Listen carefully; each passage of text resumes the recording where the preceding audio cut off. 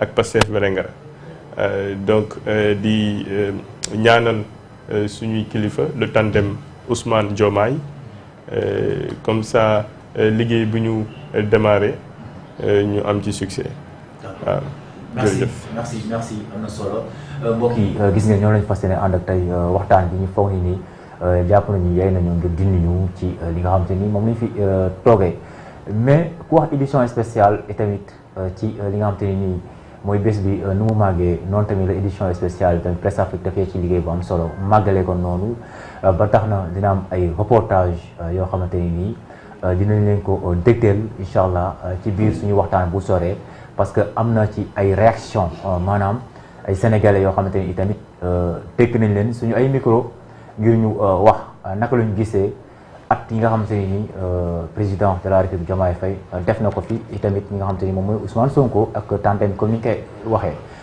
mu ngi noonu plateau bi rek yemuñu ci wante itamit ñi nga xamante ni mooy sénégalais yi ñoom it ci lañ bokk moo tax ñu dem tekk leen suñu ay micro wax seen xalaat xam naa ni dañ ko indi dëgtal leen ko ci li nga xamante ni moom mooy suñu ay biir waxtaan ci monsieur Kandé lay tàmbalee waxtaan bi par rapport ak sa gis-gis ak li nga jot a observé ak constat bi nga def depuis le 24 mars 2024 ba tey suñu joñi tey mi 24 mars 2025 l'installation du régime Diomaye Sonko le tandem tey ban bilan nga ciy tiré wala ban constat nga ci jot a def ci un an. waaw merci Seydina xam nga il est difficile de faire le bilan d'un régime qui vient d'arriver. Si l'on veut parler honnêtement. Sans parti pris. parce que kuy ñëw ku ne ci nguur dafay am looy indaale ci say bagage yooyu booy ñëw il faut nga am foo leen teg il faut nga installer leen mais booy ñëwee itam dafay am loo fiy fekk loolu ngay fekk soit da nga koy dindi soit da ngay adapté wu soit da nga koy jéem a comprendre balaa ngaa poser acte ñaari acte yooyu ma njëkkee wax maanaam dindi wala adapté wu.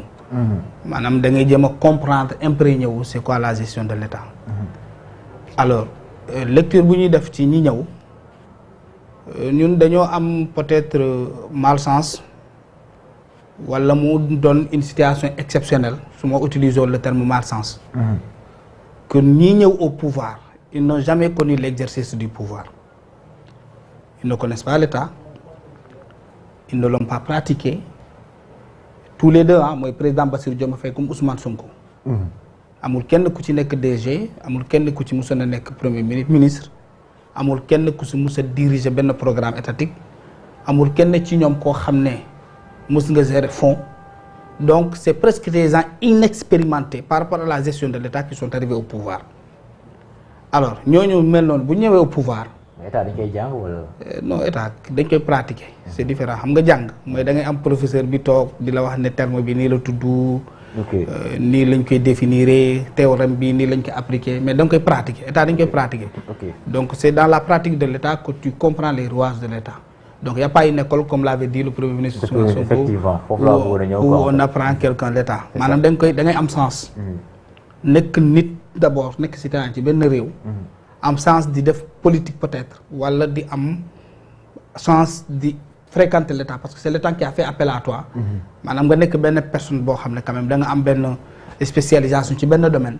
État décidé nommer la benn directeur ci benn domaine. À partir de cette direction boobu noonu tu commences à avoir des affinités avec les affaires de l'État pas l'affaire de l'État les affaires de l'État et parce que l'État c'est un tout enchevêtré maanaam c'est 1 milliard de cordes qu'on a enchevêtré yi jaxasoo léegi jaxasoo boobu ala kulli al dafay am léegi yow mi nga xam ne da nga nekk ci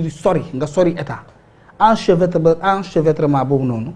boo ñëwee pour nga dindi ko bu nekk nga xëcc ko comprendre lan mooy ses liaisons avec les autres corps lan mooy ses relations ban apport la am ci liaison boobu noonu il faut que mu jël temps alors c'est ce qui fait que quand ce régime est arrivé il a fait face à ce qu'on appelle à la réalité d'État parce qu'il faudra pour eux d'abord de comprendre comment ces choses se sont enchevêtrées quelles sont leurs liaisons quelles sont leurs connexions quelles sont leurs relations chaque corde la lay andi leneen. Donc ça c'est à plusieurs niveaux alors loolu moo waral mbir yi bokk na ci li tax mbir yi yéex beneen bi ñi ñëw au pouvoir ils ont pensé quand ils étaient à l'opposition que l'État c'était juste une volonté de faire bon quand il y a la volonté de faire comme le disait le premier ministre Ousmane Sonko étant à l'opposition ñi fi nekk dañoo cuune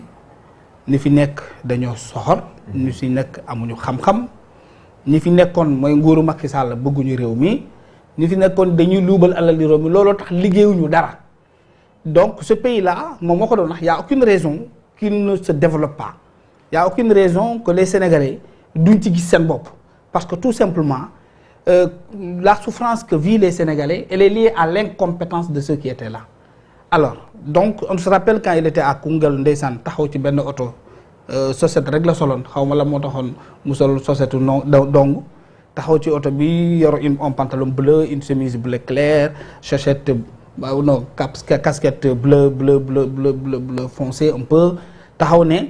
Macky Sall dafa soxor dafay ñaan mu waat ci alxuraan ci la waat ne billahi wallahi wa taala quand on arrive au pouvoir en 2024 ñu soppi réew mi 2024 la wax ñu soppi réew mi mu waat encore foofu ci bu mu tolloo ci Malicounda